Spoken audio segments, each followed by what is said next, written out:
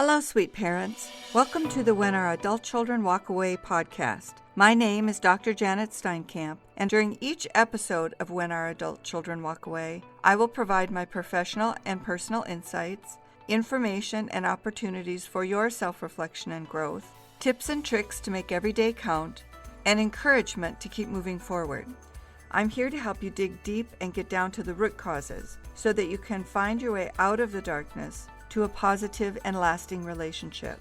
Grab your notebook and a pen, settle into your favorite chair, and let's get to it. In this episode, we are looking at the differences between rejection and dejection in estrangement. We're also going to look at it from the adult child's experience and from the parent's experience. It's very different in when we begin to feel that rejection and dejection. So let's start with the child and let's talk about rejection. Rejection is an action. It's an event. It's something external that we experience and take into ourselves. So from the adult child's perspective, it may just start with some simple setting boundaries. Mom, Dad, you can't text me during the day when I'm working. You can't call me at work. Please don't just stop in at work. You need to call first. Don't come by during dinner time. This is family time for us, and we need to know that you're coming in. It would be great if you would just check in, please, first before you come over, so we can say, this isn't a good time, or this is a great time. Come on in. But they want control over that. For us, we experience that as a rejection because it changes our access to them.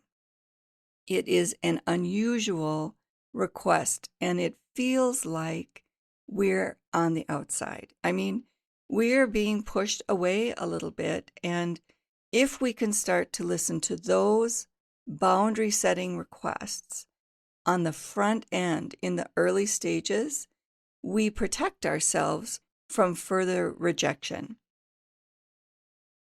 The problem is when we don't take that seriously and we don't listen to their request. We don't honor the request. Okay. So the next might be they start avoiding us. So they are not returning calls. They're not returning texts. And we have to see the difference in the behavior. It's a change. It's a pulling away.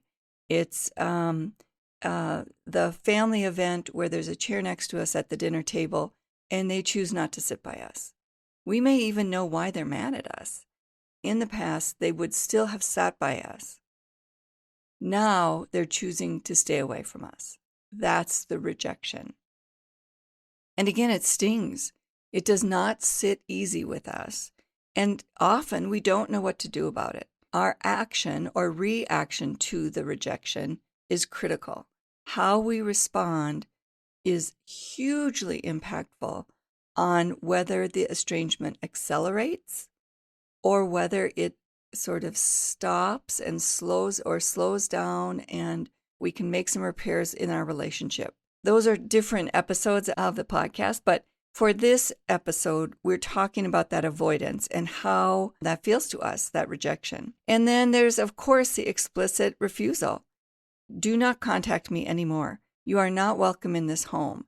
Do not expect to come to Christmas. Do not expect to come to whatever holiday it is that you celebrate.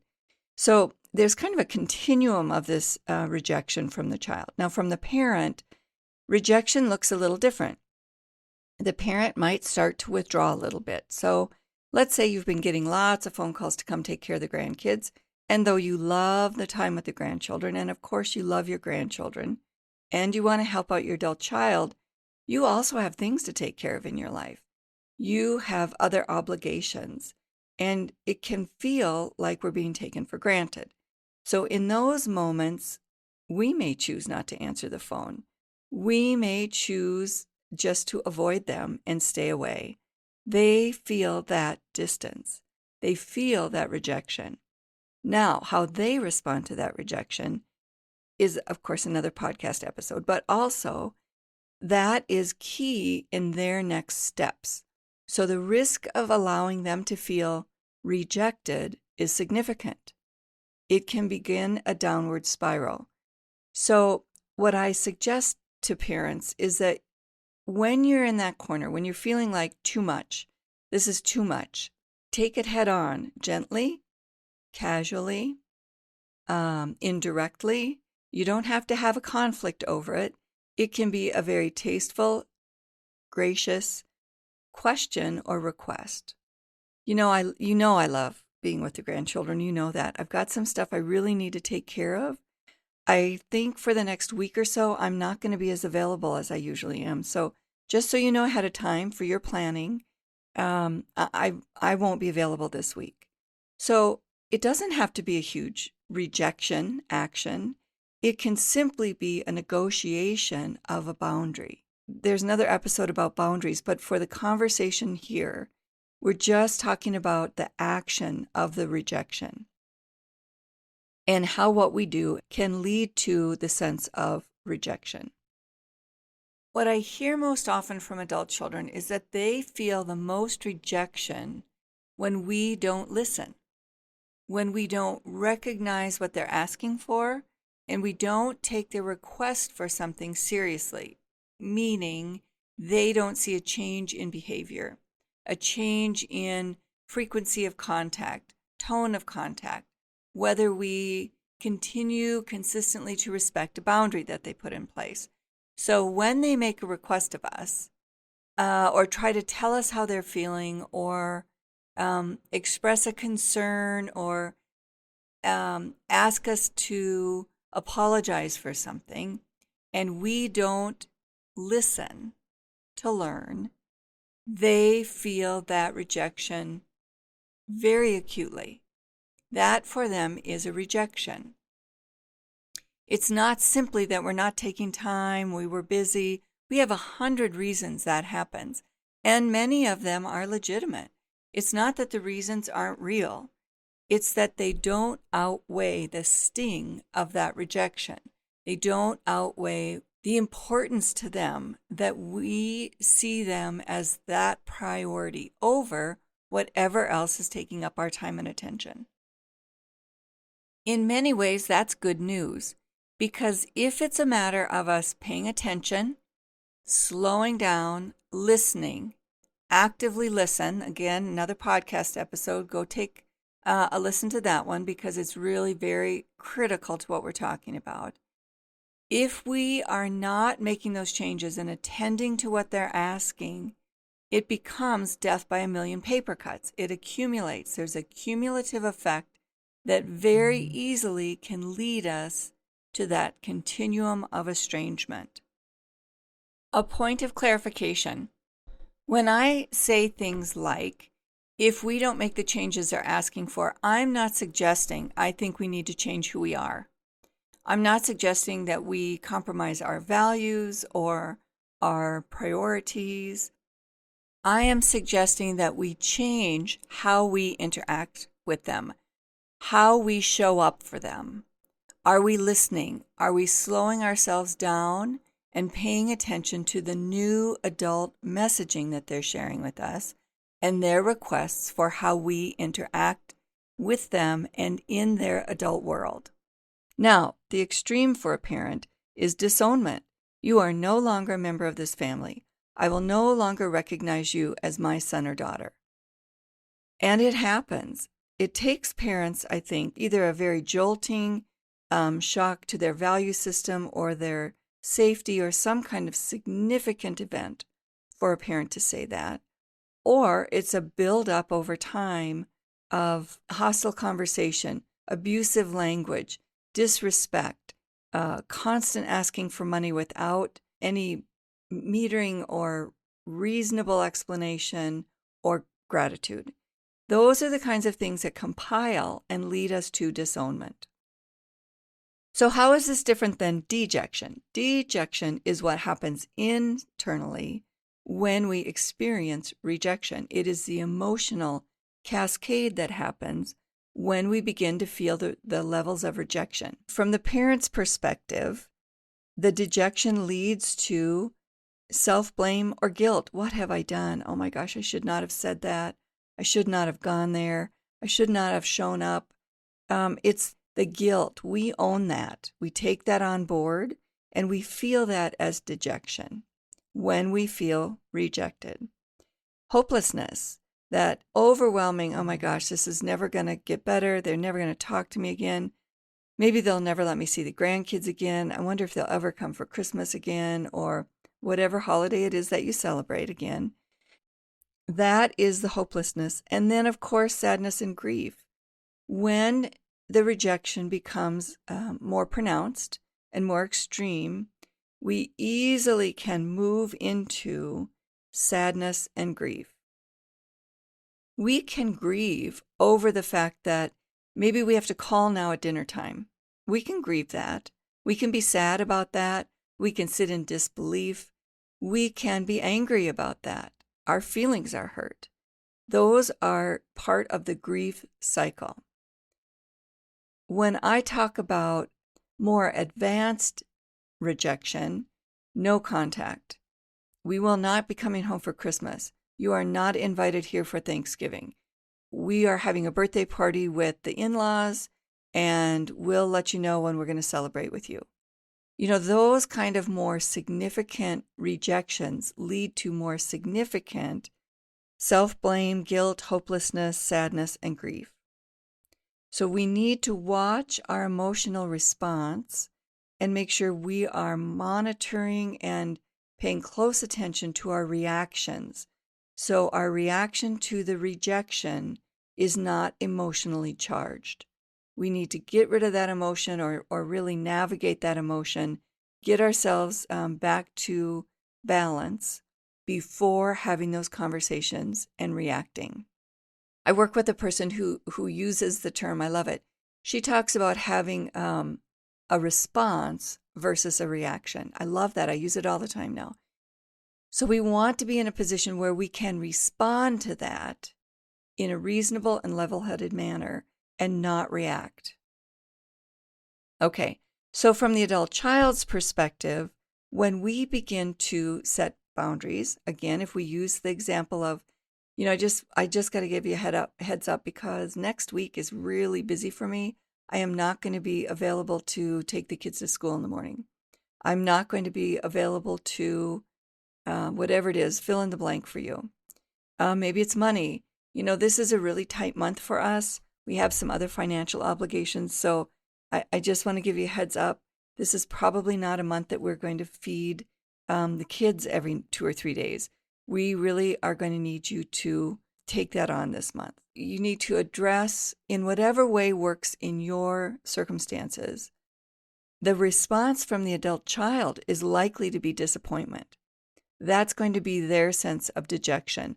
When they feel a rejection or a pulling away, a distancing, a boundary, they're going to have an emotional response to that too. If what happens is there is a reaction from them, my recommendation is that you give them grace. We know how that feels. When the sting of rejection hits, we're all human. It's not unusual for us to react, and react maybe in a not very nice way. We might react in a kind of a childish way, a selfish way, all kinds of things. We're human. And then we hope that there is grace for us so we can recover, we can repair. As we get used to this and we get more experienced at recognizing rejection, that's what's just happened, that's why it stings, and our emotional response, our despair, our dejection, needs to be navigated so we can get back to balance, then we respond. We can get to that. We can get to that. It takes practice. It takes failure.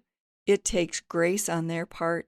And we need to offer grace to our adult children when they become dejected and they respond emotionally.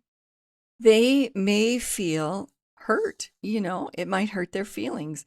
You've always been my go-to for childcare. What am I going to do now? They may need to go find some new options. In the long run, that may also mean we get fewer invitations. You see, these things are compounded. There are pros and cons. So it's okay for us not to be the primary caregiver to the grandchildren. It's okay. And that doesn't mean we're bad or unloved or rejected.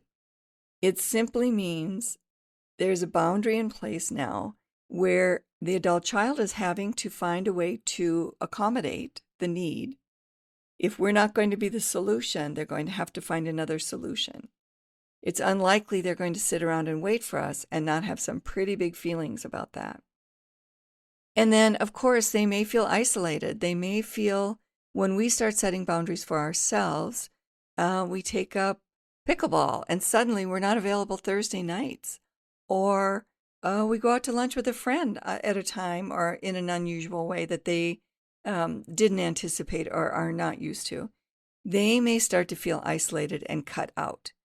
So it's important to tend to those things in the sense that we pay attention. We watch and take note of their reaction to our setting boundaries. And we help. We give grace. Somebody just said to me the other day, I'm used to going provide childcare for a grandchild that has some physical and developmental challenges. And if they don't go, who will, right? Well, that means the adult children need enough notice so they can find somebody else, because that's not an easy find. We can offer to help find someone else. How can I help support you in this? They may say, maybe out of anger or hurt feelings, nothing, you can't do anything. Just, we'll take care of this. And then if that's the case, if you hear that, you might check in later. How's that going? Is there anything I can do now? I mean, I'm still available to help. I know it's a big task. So you can check in later when they've had some time to catch their breath, get their emotional balance back, and then they may have some thoughts about how you might be able to help. So again, rejection and dejection is sort of a dance that we have to navigate. Regardless of the size of dejection, the sting is real. The emotional response is real. It's fair for our adult children to have those feelings. It's fair for them to set boundaries. If we can talk about these things respectfully, kindly, with compassion, and listen to learn, we can get through these things. It takes practice, like I said. We're not going to get it right every time, and neither are they. So we acknowledge that. You might say, I hit you out of the blue with that. I'm sorry. I didn't mean to surprise you. So can we talk about that a little more so I understand what happened there, and I can let you know about these things differently that might work better for you in the future. So think about all of that in these little moments that arrive, and there's a change in access, a change in availability, a change in proximity, even geographical proximity. Somebody's moving out of town and they happen to be moving closer to the in-laws. Well, is that an intention, or is that a coincidence? Is it just a part of what's happening? It's scary to us because what if they get closer to the in-laws than they are to us? There's all kinds of stuff we feel and think about that. There are all kinds of fears and insecurities. It's how we manage them that makes the difference between a positive, constructive change and a damaging and hurtful outcome. Lots to talk about here. I love that you tuned in to listen to this. I hope it was helpful. And I want to tell you about a couple things that we're doing a little differently. We just launched a parents group. It's a private group. It's on Facebook. There's no charge. We are screening people to become members only so that we know the people coming in are in a place where they're committed to being constructive, proactive, and forward moving. So we're not doing a lot of wallowing in here, although of course we all wallow at times. I'm not saying that you have to be, Susie Sunshine or Bobby Brightness. I just mean that we need to understand that this group is going to be moving forward and in a constructive way. I'd love to have you join us. Again, it's free. We monitor it every day. And we're going to be announcing different kinds of activities that become available in that group. We'll also announce those, of course, on Facebook, and I'll send out a quick email through the newsletter, that kind of thing. I do know Facebook is making some significant changes. I'm not sure what those are going to look like. And so listen into these podcasts to see that there may be updates on that, and make sure that you're watching your email and the Facebook feed. again, thank you for joining in this conversation today. I'd love your feedback. You can message me through the website, When Our Adult Children Walk Away. You can email me at janet@jesteinkamp.com. That's all over the website, and it's I believe it's below in the summary of this podcast episode. And so I do answer my emails. If you don't hear within a couple days, please get a hold of me a different way, because sometimes my firewall catches unusual email addresses and they won't come through. So go to the website and leave me a message. If you don't hear from me in email, please do not give up. I do want to talk to you and hear from you. While we're out there walking through this estrangement, be brave. Remember, you're not alone.